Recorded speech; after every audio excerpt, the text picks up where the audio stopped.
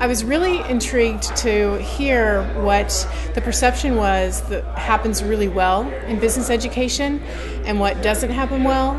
And what happens well is the mechanics, and what doesn't happen well is the actual hands-on experiences. So I'd like to see that shift actually happen. What I've learned so far is that we've got to remake traditional business education.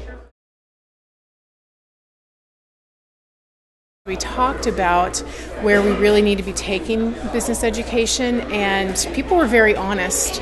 And we've got a lot of reform that needs to happen to really see MBA programs step it up to serve the needs of the students, because at the end of the day, that's what we need to be doing. And then move from there and think about the actual companies that they may be going into. What's different about today's conference so far is the fact that there's lots of interaction. It's an open discussion, open forum, and you always learn more when you hear other people's opinions and you're able to play off those opinions. This conference was different in that it used the conversation model, which I had not seen and participated for before, the case study model. That was very instructive. I enjoyed that very much. Once you become an agent of change and they see the success that you've got as far as inspiring students and transforming students, I think the wave will really take hold. There hasn't been that much of an injection of transformation into today's educational realm. Well, in my view, the next topic that needs to be explored in higher education as it relates to business education is the allocation of resources. I think there is a lot of waste.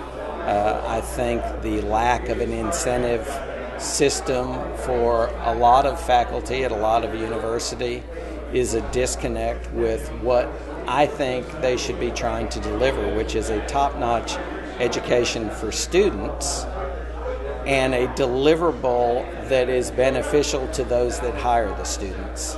I think one reason why school reform has been so hard is because people who are in the position of power have got there through schools, and so they're going to perpetuate the system more than upset it. And so I think real innovation is going to have to come from the outside more than the inside. No monopoly has ever reformed itself.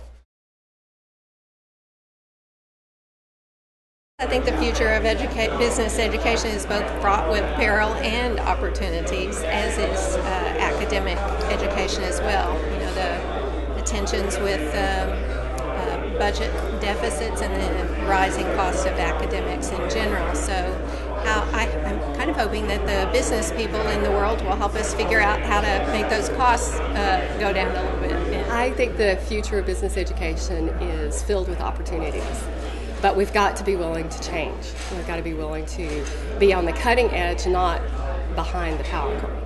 And that's sometimes hard for traditional faculty to do. Education is going to change because the world is changing. The world is changing really, really quickly. Access to the internet and access to content in the internet is one huge thing. The price of schools is going up every year faster than inflation, so that's another thing.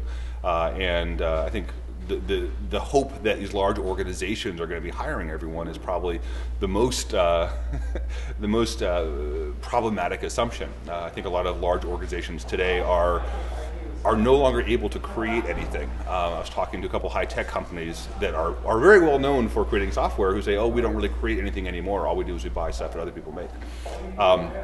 So I think that as the world changes and as large organizations stop becoming the hiring forces that they have been in the past, then it will matter less what degree you have and what school you went to, and more what you've actually accomplished and with whom.